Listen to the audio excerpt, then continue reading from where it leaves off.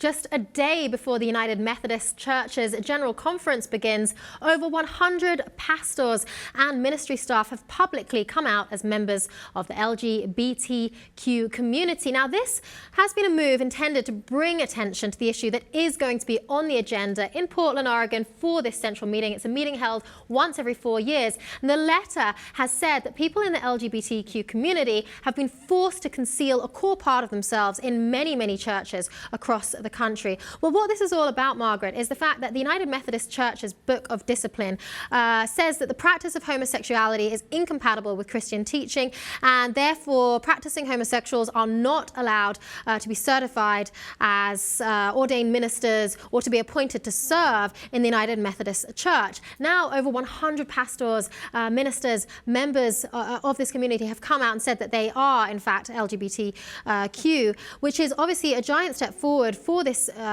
movement. But the conference that is happening, it actually started yesterday, will hash out the issue of having gay clergy, and this is going to be an issue that is hashed out over the next 10 days. Interestingly enough, this is one of the more liberal churches, so it is interesting that these people have had to come out in this kind of a way. They have had to take this strong of a stance, but obviously a very courageous move on behalf of these people to come out and to say that they don't want to hide their sexual orientation, and yet they've been welcomed as ministers, they've been welcomed as people to work as pastors, youth leaders, but they haven't been welcomed by the church to reveal the fact that they are homosexual, gay, lesbian, part of the LGBTQ community. The Methodist religion here in the United States, it's among the most conservative of ideologies when it comes to things like drinking, gambling, even working on Sundays. So it would make sense that this doctrine that says that homosexuality is seen as sexually immoral would still be enforced in their teachings. Now, we're talking about people that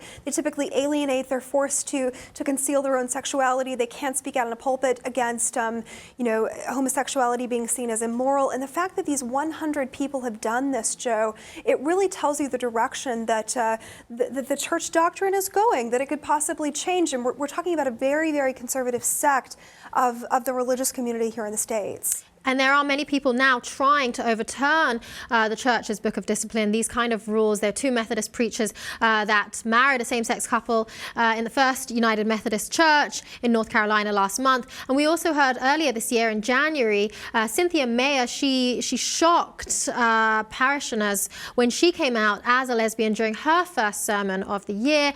She's a pastor of the Edgerton United Methodist Church. She came out as a lesbian, shocked people during her sermon. So there is a step forward. There are people starting to stand up. Now, of this conference that is happening right at the moment, it started yesterday, it goes on for another 9 days, there are 864 delegates attending this conference, and obviously this is going to be an issue high on the agenda. Some of those 100 pastors and ministry members that have come out will be there attending this conference. So it's going to be very interesting to see what happens over the next 9 days. Obviously a big step forward for these 100 pastors and ministry staff of the United Methodist Church to come out and publicly state that they are members of the LGBT community, and they do want an even more liberal approach to same-sex couples and to homosexuality within the church.